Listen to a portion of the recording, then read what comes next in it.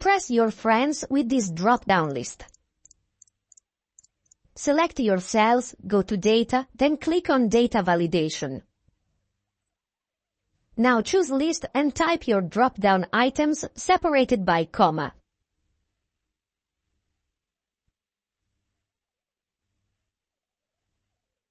Now go to Home and Conditional Forwarding. Choose their Highlight Cell rules and then go to Equal to.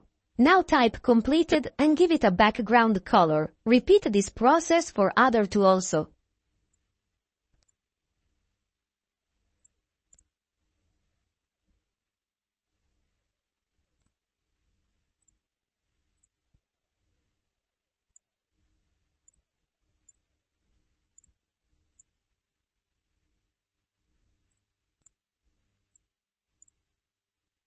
You are done. You have created amazing drop-down list. Follow us for more tips and tricks.